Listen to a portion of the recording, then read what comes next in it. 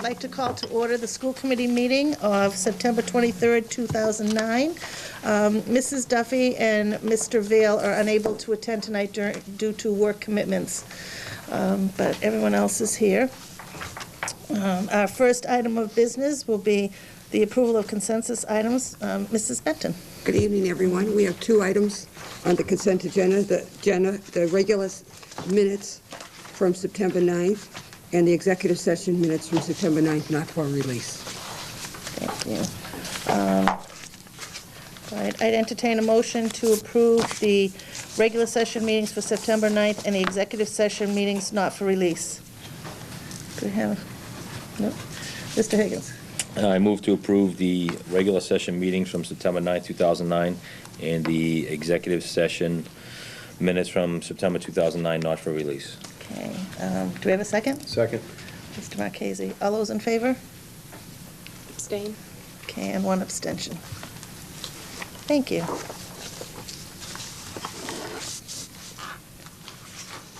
All right.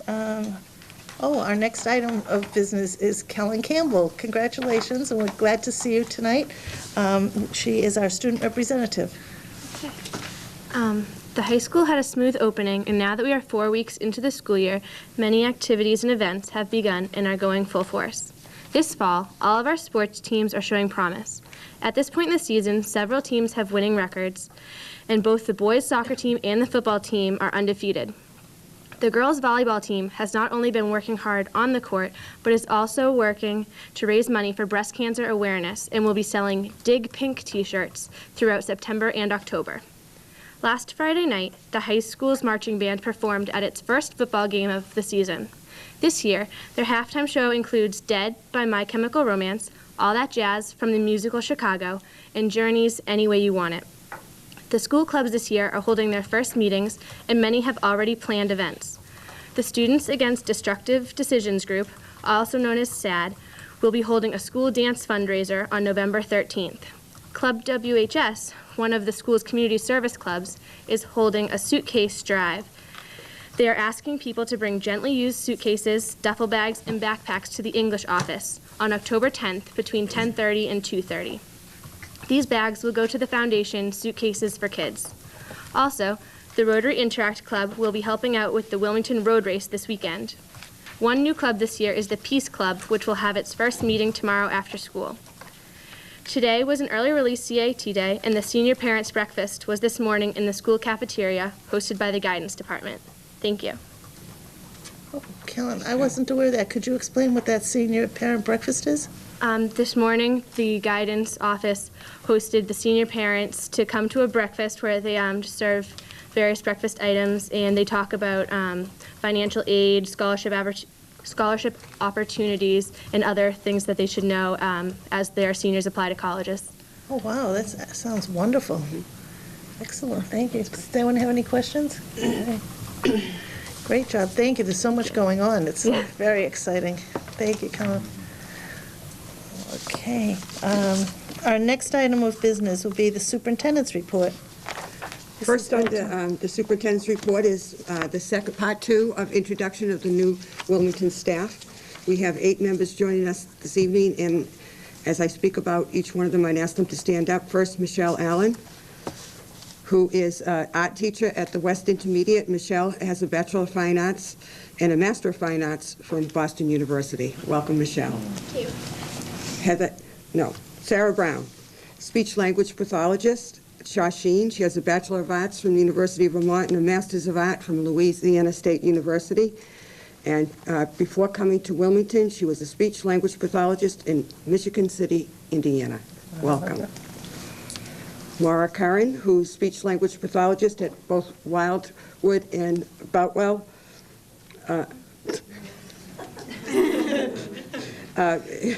Holds a Bachelor of Science and a Master's of Science from the University of Rhode Island, and last year she was speech language pathologist at Kennedy Donovan Center in Southbridge, Mass. Name Daly, a special ed teacher at Woburn Street. She holds a Bachelor of Science from University of Mass in Amherst and a Master's of Education from Simmons College. This is her first teaching position. Eileen Del Rossi, special ed bridge teacher at the Boutwell. She holds an associate's degree from Middlesex Community College, a Bachelor of Science from the University of Nevada, and a Master's of Science from Fitchburg State. And last year, she was a special ed teacher at Lowell Community Charter School. Lauren Kearney is a speech-language pathologist at the Woburn Street School. She holds a Bachelor of Arts from Stonehill, a Master of Science from Mass General Hospital Institute of Health Professionals in Boston, and last year she worked at Children's Hospital Augmentative Communication Program and the MGH Institute of Health Professionals. And last but not least, Kevin Russell, high school science teacher, has a Bachelor of Arts from UMass Amherst and a Master's of Arts from Salem State College. And previous to coming to Wilmington, he's taught in Burlington and Billerica, and we're thrilled to have him at Wilmington High. Did I miss anyone? Who did I miss? Oh, look, I did. I know exactly who I missed. Nicole Loveland. She is a system-wide team chairperson, holds a Bachelor of Arts from the University of New Hampshire and a Master's of Education from Vanderbilt, and last year was a lead teacher in Arlington. Welcome. Welcome to all of you, and we hope that now that the first few weeks of school are over with, that the routine is starting to set in, and we're thrilled with everything that they've done to date. Glad to have them as part of the Wilmington community. Thank you so much. Do you have any? We really enjoy, the school committee as a group really enjoys having Mrs. Benton introduce you to us. We're very glad to see you, and we thank you for coming to Wilmington, and we wish you the best. We try to help you as much as possible. So, thank you so much. Thank you. You can. Next under the superintendent's report is the AYP MCAS results report. If you recall, a couple of weeks ago, I'd given you the AYP report. It was embargoed until the commissioner had released the results. As you know, the middle school did not make adequate yearly progress in subgroups and has been placed in corrective action, which I will tell you all did not come as a surprise. We knew based on the statistical formula that it would come to be, because the way the formula works, the goal is that by 2014 everyone's going to be proficient, and that's just not going to happen. But you will be hearing at the next school committee meeting from Christine McMiniman as part of her school improvement plan. She will be addressing how they are going to address that area. Some of the other schools had some, did not make adequate yearly progress, but it's only for the first year. Again, you'll be seeing that reflected in their school improvement plans. And now if I could turn it over to Dr. McGinn to report on MCAS. Thank you very much. Sorry, 1 second. I just want to let the committee know, I had asked for, you'll see, an addition to the middle school report that we received, so that we could see what the classes were. That's for the class size report, next item. But I wanted it in with this, okay. in with this so that people could see. Okay. Yeah, and I'm sure that's what she's going to be addressing in her meeting, in her thing to us, yeah. Okay. And I know it's our responsibility, and we have to reach for that goal, but I really think my own personal opinion is that there are some areas in which it's going to be very difficult to ever reach that goal for any school system. And we may, at some point closer to 2014, as a committee, have to take a stand on, you know, who can actually reach this goal, and is it attainable, and is it something that we will take lying down, that we're not an adequate yearly progress school, when in fact, in all other areas we've made, I think the community needs to know we've made great progress, that everything that we're doing in aligning the curriculum, et cetera, has really reflected well on the school system. And don't get nervous when it's when you see in the newspaper headlines that you don't make adequate yearly progress. It's one little group here and there of students, and so and that's what we're doing now. Ms. McMiniman will let us know how they're going to look towards correcting that in the middle school. But I personally, as an educator, get upset when I see those, and it's really not the whole story. And so I don't want us to, get discouraged. We're doing a great job in Wilmington, I feel. So that's just my little, sorry. Okay, thank you. Dr. McGinn. Thank you. The MCAS report that you have, I just want to just really touch on some things briefly, and then if you have some questions, I'd be happy to try to answer them or focus in on the part of the report that you might like to. I think it's important that whenever we're looking at student performance data, that we're looking at trends over time, and that we're not looking at differences from one year to the next. As you may know, the assessments are administered in grades 3 through 10 in English language arts and mathematics, and with the exception of grade 9, and then in science in grades 5, 8, and 9/10. There are tests in both grades depending upon when you take your biology class, whether that's grade 9 or grade 10.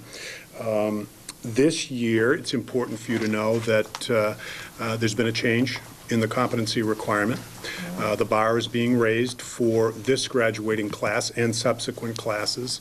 The scaled scores that they must achieve in English and math have increased, and there's now a science requirement as far as performance goes. So those are differences, and again, it's part of the Board of Education's attempt to continue to raise the bar. One of the ways I think that is interesting, there are many ways, as you all know, to look at data. And one of the ways that I chose to look at it in this report was to look at the difference in performance, the gaps in performance between Wilmington students and their statewide peers. And I think it's very important. I think our expectation is that Wilmington's performance will be above the state average in all disciplines. What I think is very interesting and telling to us is where is the gap greatest, where is the gap the least? And in fact, does where that gap is least, does that point us to a relative area of in need of attention by our curriculum groups, by our data teams, et cetera, et cetera. So I've tried to present the data in that fashion so that we can look and see how we do against our peers statewide. The other thing that I provided here are information in each of the disciplines, ELA, mathematics, and science, of all of the initiatives that, to my knowledge, were begun when the superintendent was in the assistant's position, and then kind of up through the last years that I've been here. So you can get that information from here as well.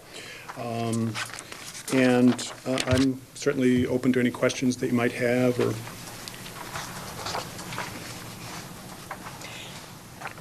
Dr. Quick. Actually, just, you said in the past science was not a requirement for graduation? Of course, there are local requirements that we have, that each high school has, and then there are the MCAS-related requirements. Previously, it was scoring at the needs improvement or better level in English and mathematics. Now, they've raised that bar up to proficient or advanced, and then added science to the requirement as well at the needs improvement level. And we can see what will come down the road. Science will then be bumped up to a similar status of proficient or advanced. So that's where the increases occurred. Okay, thank you. Mr. Marchese. Based on the scores for the class 2010, 2011, and also 2012, how many students are in danger of not graduating? I don't have that number. I can certainly get it for you. Those that have not yet met the competency requirements is something certainly I can get. Okay, and I'm assuming Mr. Tracy has a corrective action plan in place to try to... Actually, it's what's called, and this is a rather recent development as well, and Mrs. Benton has talked about it, the Educational Proficiency Plan, EPP. If youngsters don't make those particular scaled scores, then a plan has to be written, and the requirements include taking certain classes, those classes that you might expect that the youngster has demonstrated some weakness in, and also passing a local assessment. So I can get you more information on that. Thank you. Yes, Mrs. Benton? I can respond for the present senior class. There are 18 students that we are following in hopes of getting them to pass, either math or English language arts. As for, the junior class, Dr. McGinn can get you those statistics. But they have 5 chances after the sophomore year to pass, and so each year we whittle down that number. Okay, thank you. Any other questions? Good question. Dr. McGinn, I noticed I'm very impressed with the science scores. That I really, when this first came up a couple of years ago, I didn't expect that we'd be so aligned. And I'm wondering if you think it's because the curriculum we've always had, did we do a lot of work in curriculum realignment in science, or did we happen to be doing what the state wanted? Because I'm assuming that the curriculum alignment has a lot to do with the results on the students. Science has been on the curriculum renewal schedule the last few years, and so there is work being done there. Are you referring specifically to the 9th grade scores? All of them, chance? even 5th grade science, 9th grade, I think they were very impressive. Okay. 9th grade is, we just have to be careful. The percentages are through the roof, and those are our honors students. We have a small number a relatively small number of youngsters who take honors biology in grade 9. And then the bulk of the population takes the biology test in grade 10. So it's our, our most, skilled biology youngsters who are taking that test in grade 9. And they're 98, 99, 100% proficient or advanced. So. But actually here in grade 10, they're above state average. They're still above Well, they state should average. be. Certainly should be. Yeah. Yep. So I think we've got a good, in other words, I guess what I'm saying is I think we've got a better start on the science than I expected we would have. And I think that's good, really good to know. Dr. Quick? And to add to that, I think, because I remember in the past, I had looked, you can look at these online. right. And in the past, I had looked at the science a few years back, and I believe that it's definitely, it was a little more, I shouldn't say lacking, but it was, I think that it's improved significantly It has, it's from excellent. what I saw before. And my other question is in English language arts. Are we not quite aligned to the curriculum yet? Because I know that we've been working on that alignment, but I was a little bit surprised at some of those results. Actually, when you go back to AYP and their rankings of high and very high, ELA system-wide is our highest performing discipline. And at the high school, it's quite high. So as a matter of fact, when you look at in English language arts in terms of whether things we're rated high or very high in 3 of our schools versus high in 3 other schools. So again, overall it outperforms mathematics. And, overall, I think the test scores are very, very good, very good. But I just was curious, when you look at them and look at what happens in the 10th grade, and we have so many kids doing so well, but in the lower grades, we have not had, maybe I would say comparative results in some areas. Then I go, what happens between the middle school and 9th and 10th grade? Not saying the middle school were low, but there were just some low pockets here and there. And then something's happening, and I'm just fascinated by the statistics of it all, and I might be missing something. But Mrs. Benton? Well, one thing that's happening is the threshold is lower at the high school, 10th grade. You only have to pass 16 math problems versus 42 English language arts problems at the 3rd grade. It's a pet peeve of mine. Those are the things that you need to know. The public does not, we don't talk about that in the public, but it's true. Right. It's true. Okay. And so the lower grades are penalized because they have to get more answers correct. Where to be proficient, graduate in mathematics, 16 problems is all that they had to get correct in the 10th grade. So that slants the results. Now, obviously, the reason they're doing it is that they want more students to graduate, and I graduate. understand that. Mhm. But they never talk about that piece. No. Oh, that's fascinating, because when you look at what's going on, you're like, wait a minute, something doesn't make sense here, but that's really interesting. I was up never at knew that. UMass Lowell, meeting with the chancellor this morning and the superintendents in that area, and that topic actually came up. We were talking about the way that the MCAS were released 2 weeks ago by the commissioner, and our disappointment because all the information's not being told. And it really can do a job on classroom teachers at the lower grades who are really trying hard and working hard. And if you looked at the number of items that need to be correct in order to be placed in advanced or proficient, you will see a drastic decline as we go up. Interesting. Mr. Marchese? Just further on the comment, I had no idea they had drastically changed that for high school, because my children, started at, my daughter with third grade MCAS, and I saw the stress she went through and everything she had to learn, and saying that it's a sliding scale going up, I just, that's like backwards. If anything, it should be easier in the younger grades where they're just developing, you want that creativity instead of stressing them over a test, so. We can get That's the threshold numbers. Yeah, if you're that's just- interested, 'cause Yes, that'd be really interesting. Thank Yeah. you. Because those are the little things, when you start to really analyze the data, you're like, wait a minute. Something's- And so how hard the teachers are working and how we're doing such good work in curriculum alignment. And that's great. Thank you. The other piece, just to overall in all the MCAS scores, I just wanted to comment on, and it actually has a little to do with what Mrs. Kane talked about, the class reports that we're going to be looking at the middle school and at the West, the results. As you know, the state does offer an alternative MCAS assessment for some students. And over the years, we have had very few students taking the alternative.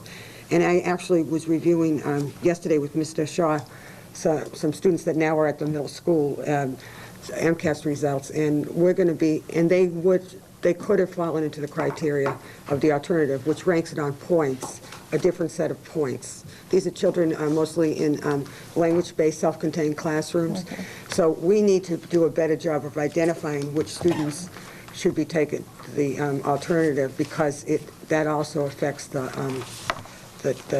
Results. the results.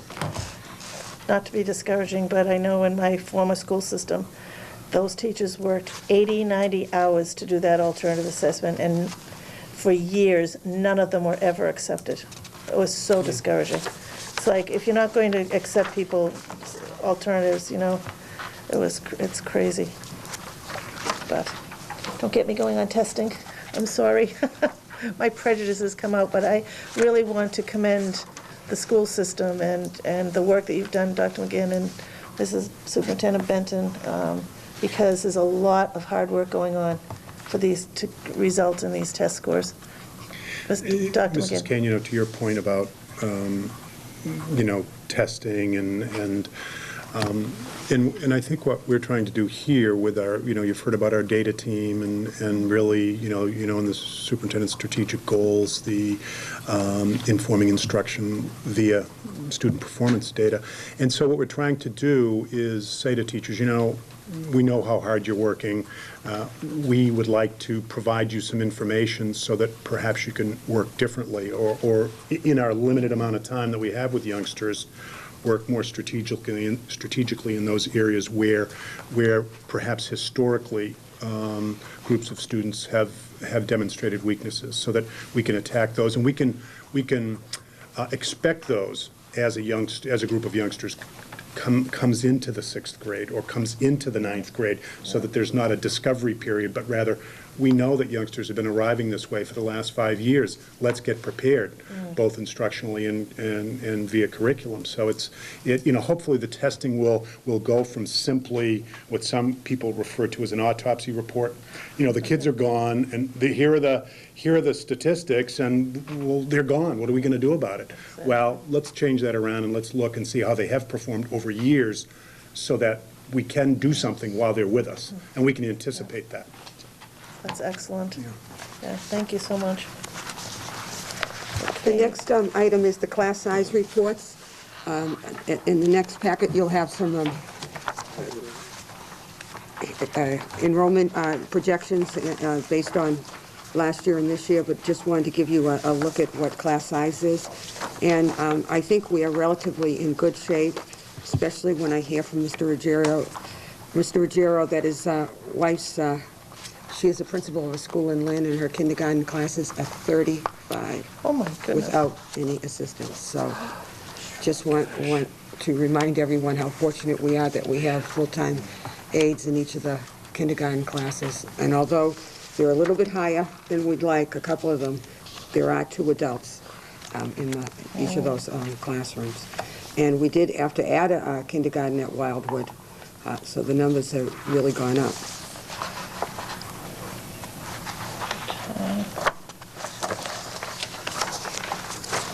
Did anyone have any questions on the class size report? Does this, is this information, just this one page enrollment, is that ever on our website? In No, case we can people put it wanted to on. know? We'd be glad to put it on. Sure. I don't know, because it, just to show the community, we I know. have excellent class size, so I It's a good think idea. maybe it would be good to have this page on the, Definitely. we've worked very hard at keeping the class sizes low, and I agree. I think that's a huge data point for parents. excellent. Yes, Mr. Marchese? The pre-K over at the Butwell and the Wildwood, are those 2 separate pre-Ks? Morning and afternoon, so 15 in the morning. Morning, 15 okay, yeah, that's what I thought, okay. I just wanted to, because the way it appears, it's only 1 class, I'm like, no, wait a minute. Glad you asked. Yeah, okay, thank you. Next under the report, and I actually attached the wrong thing, so at your table is the actual grant. I'm pleased to announce that Wilmington has been awarded a $6,000 mini grant from the Northwest Suburban Community Health Alliance for the Wildcat Project. If you recall, last year, I talked to you about increasing number of students unfortunately using alcohol at dances, and this grant is going to address the problem by putting together a program for our students and parents around, risky behaviors. And I want to congratulate Doreen Crow, our nurse leader, and Deb Deacon, assistant principal at the high school, who were instrumental in putting this grant together.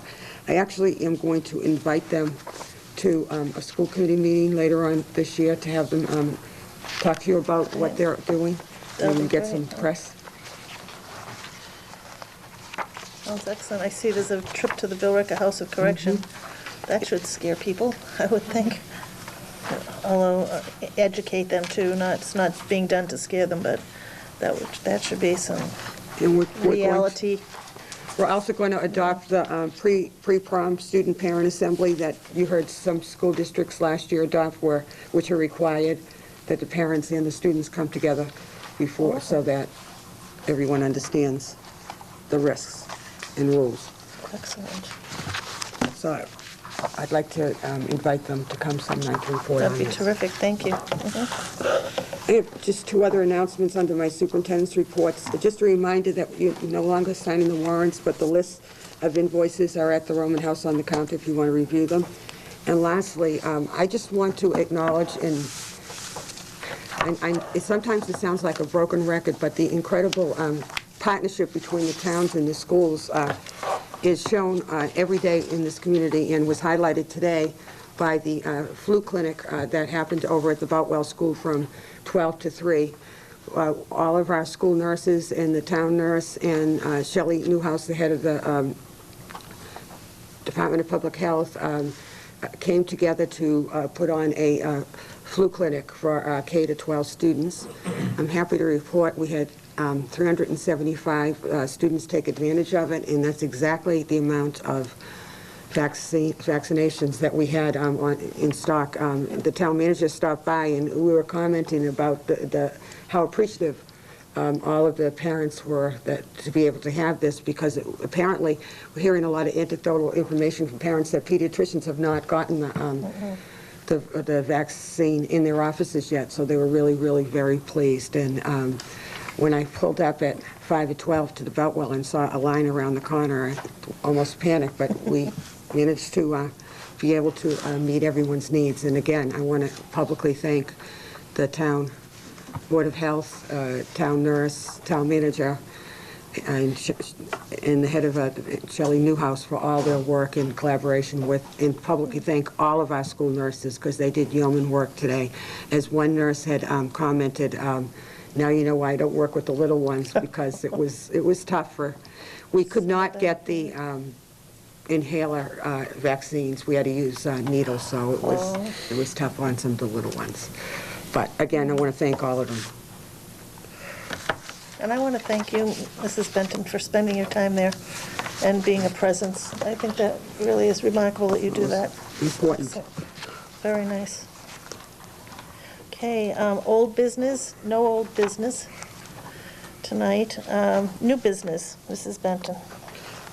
We have the FY09 end of the year financial report, and before I turn it over to Mr. Ruggiero, I just want to point out the fact that you notice that we are in the black, and I want to commend him for the incredible work.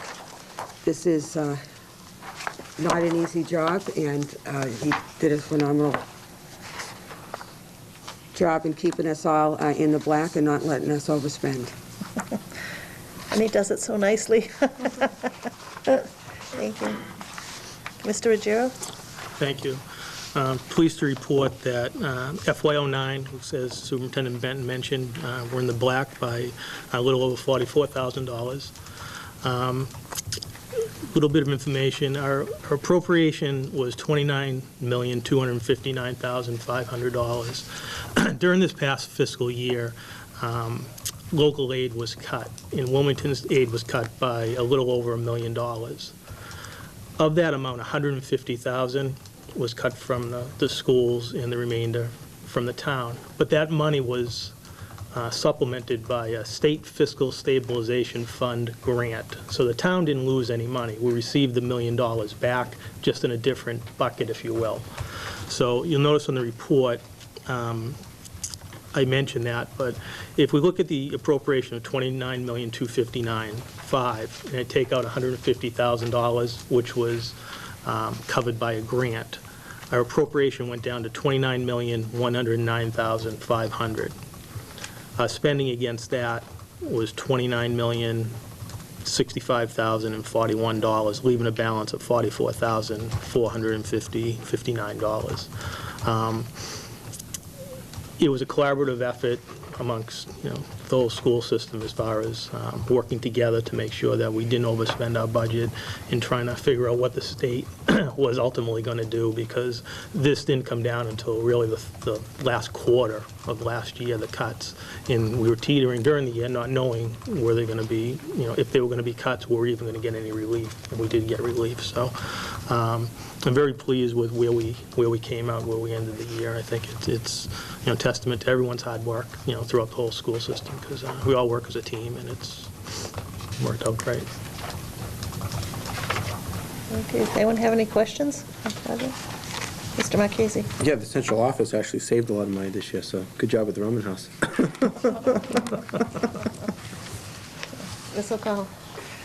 Just to make a few brief comments, not so much questions, but just from the public standpoint is, Mr. Ruggiero is certainly not new to the world of finance, but new to the school. This is his first year transitioning in, and I think, there's so many things that we could pick to compliment on every single meeting, but I specifically want to compliment you, Paul, because although things were very orderly and ran very smoothly before you came in, you really took it to the next level in terms of consolidating a lot of accounts and really getting us in a very small, user-friendly format so that we really have a dashboard of our finances. And I think coupled with that, we went through some difficult, contract negotiations across many different areas. We also had the economy recession overall that hit every industry.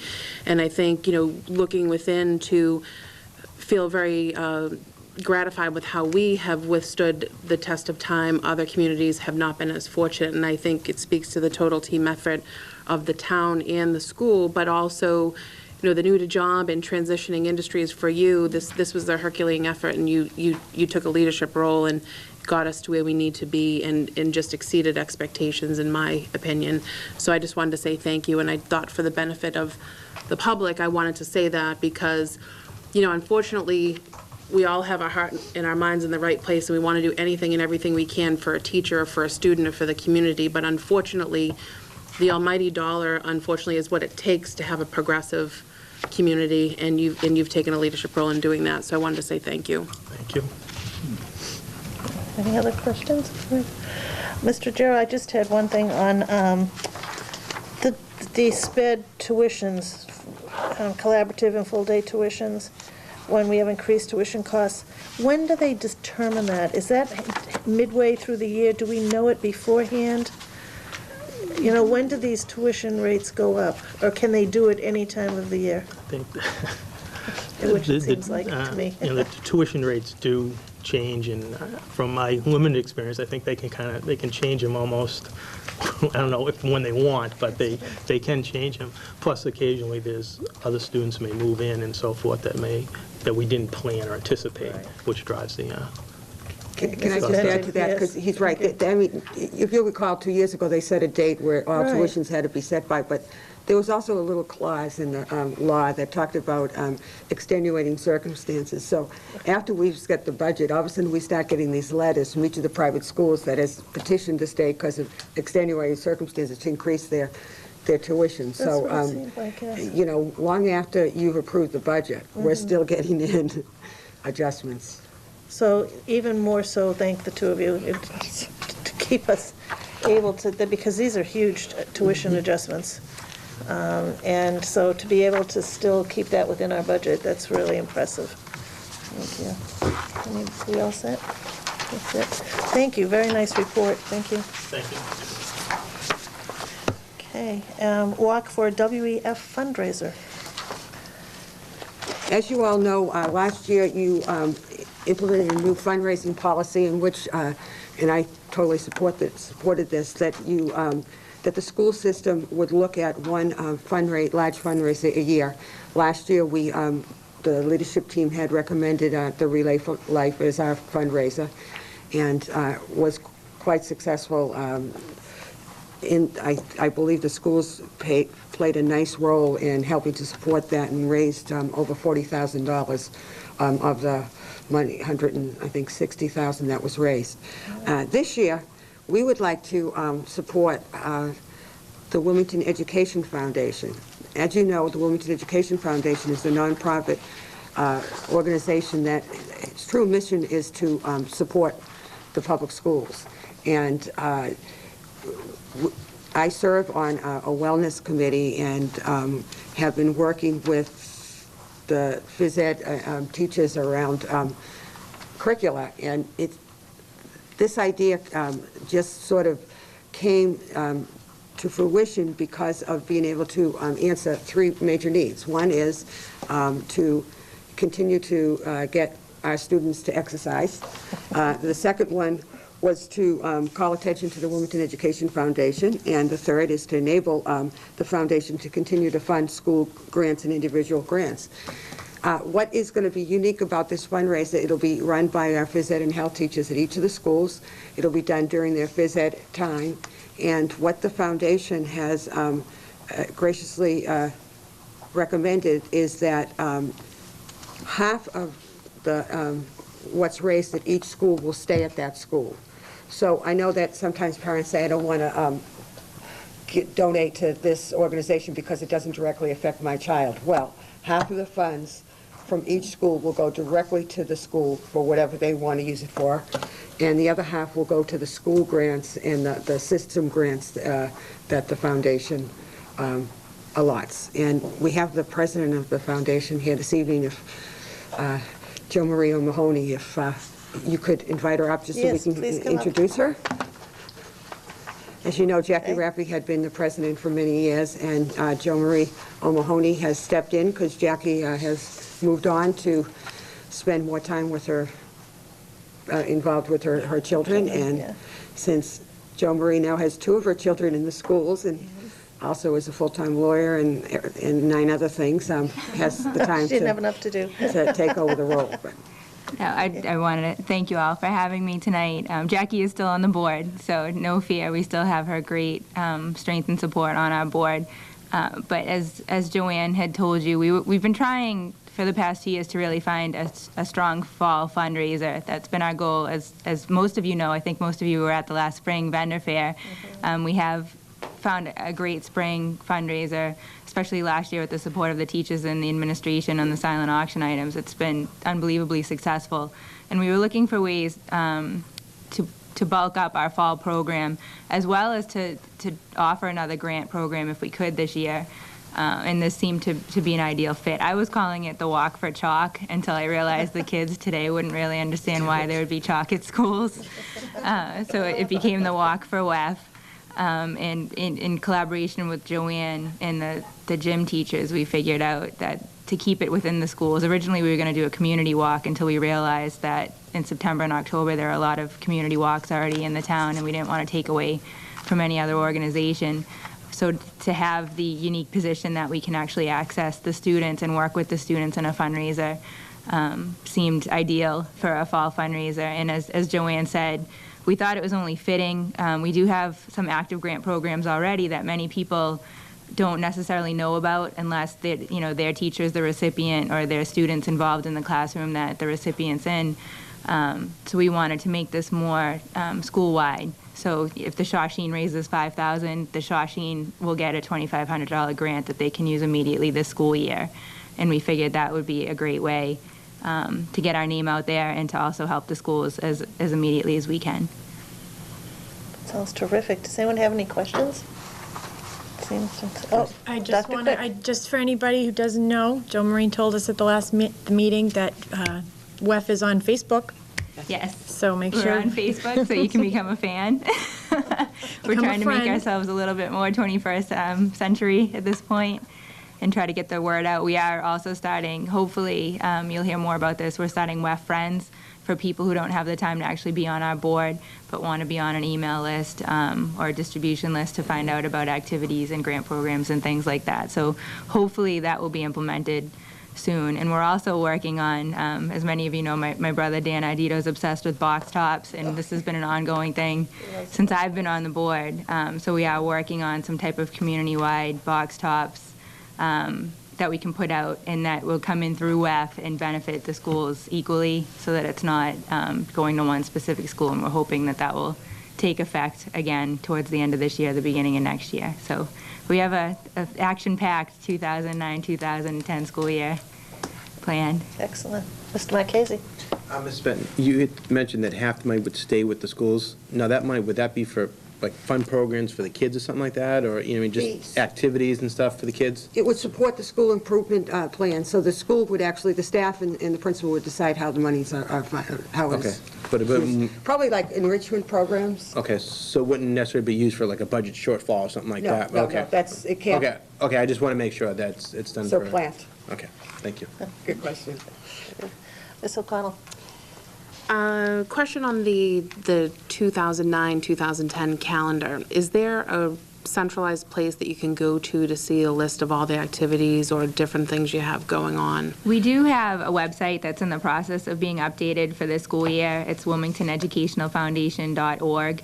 You can also link through the school's website where they're on there as well. And we're hoping, obviously on Facebook, we'll keep that as updated. We're trying to get, if we can get the vendor fair date in time, we're trying to get on the town calendar to get more visibility that way as well. Because we get excellent updates from Joanne and from the central office, but sometimes it kind of comes like what's relative for that given time period. So I'd like to participate more, find a way that I can get more involved, but sometimes it's just the pre-planning, 30 to 60 days out. I think I would be able to do more if I knew a little bit more in advance, which is all in the positive, but I'm sitting here thinking like, well, I'm not walking at recess, how else, how could I get involved? So I'm just looking for opportunities to how I can get more involved. Come walk with your nephew. Yeah, I think you speak for a lot of people in that sense. There are a lot of people who work, have full-time jobs, have their own businesses, and they want to be able to support the schools, but they don't know. And that's one of the reasons why we are trying to do more long-term planning and have kind of a set so every year people know the Ed Foundation has a vendor fair every April, and we become known for that thing. And we'd love, if this walk is as successful as we're hoping, we're looking at that long term. We did have a pizza pep rally last year that we thought was successful, but it was a lot of work for the amount of funds that we raised. So as appreciative as we were to all the local businesses for their donations, we thought this might be a more profitable fundraiser for this fall. Excellent.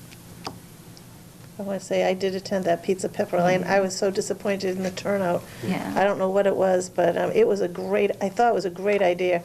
So maybe another time that can come back.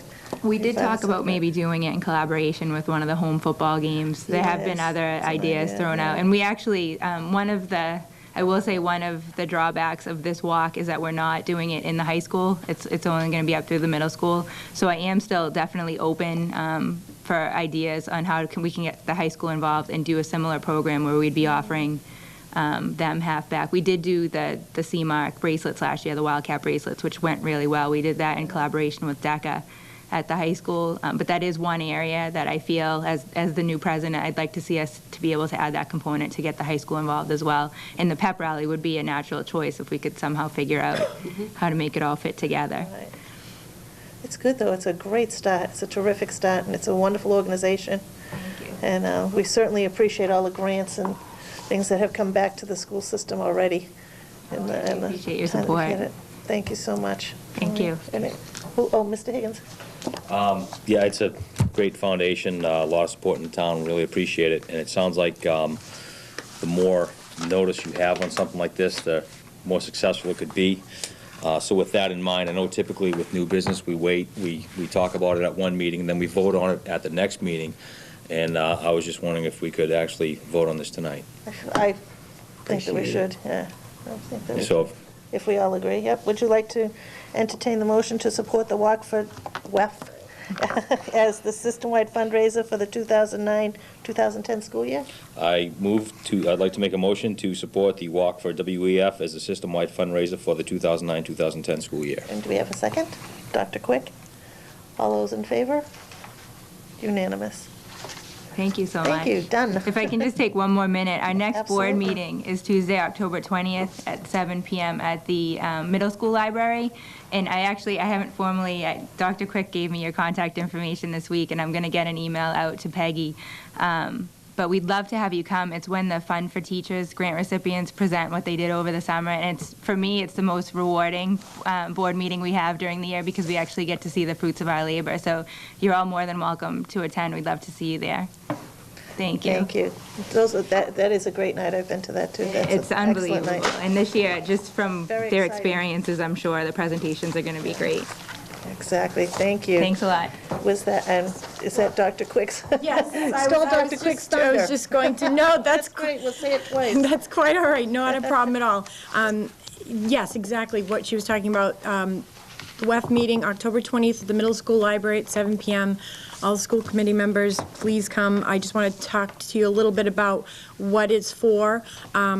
The Fund for Teachers grants are awarded to teachers who work with students in the grades K through 12 and have a minimum of 3 years teaching experience. I just want to talk a little bit about this because it's such a, I've met some of the people before and it's such a great program. The participants are selected on how they propose their summer activity to be, and they make to make the applicant a better teacher, how improved skills and capacity will be implemented in the classroom, and how his or her improved skills or capacity will benefit his or her students' curriculum and school. This past summer, 3 teachers were able to extend their knowledge by traveling to locations that will enrich their instruction, and this was all made possible through the Wilmington Education Foundation. This is why it's such a gem, and it really should be supported. Nancy Iorio traveled to Vancouver, British Columbia, to preview the 21st Olympic Winter Games. Her goal is to bring the Olympic experience closer to her second grade students.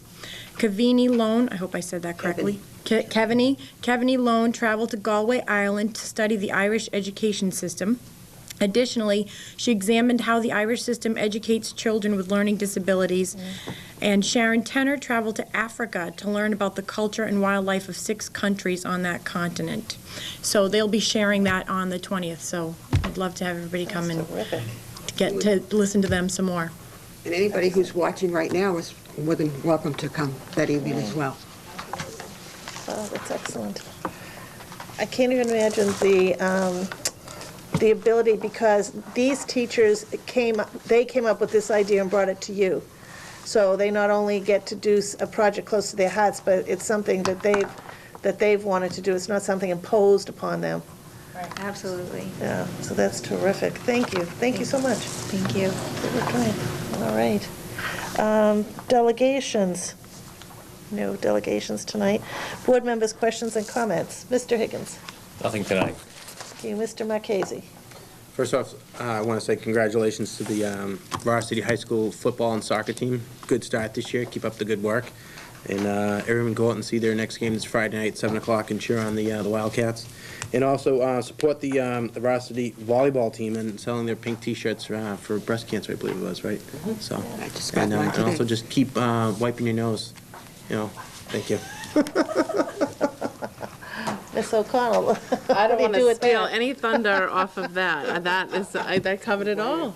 So I have nothing tonight. Dr. Quick. Nothing. Nothing, and Mrs. Kay, nothing tonight. Other reports, no. Correspondence? Nothing. Okay, future meeting dates, October 14th, we'll be seeing the school improvement plans and the report of results. And October 28th will be the energy audit report. If anyone has any ideas of things they'd want on the agenda, please let the superintendent know, either through email or a phone call. And I will call for a motion to adjourn. Mr. Higgins, Motion to adjourn at one of the quickest meetings we've had in about 3 years. do you know who wants to go watch Dancing for the Stars? I have no idea. Well, I'll second that Well, we motion to keep this going. All those in favor? Good night, everybody. Thank Wow. you.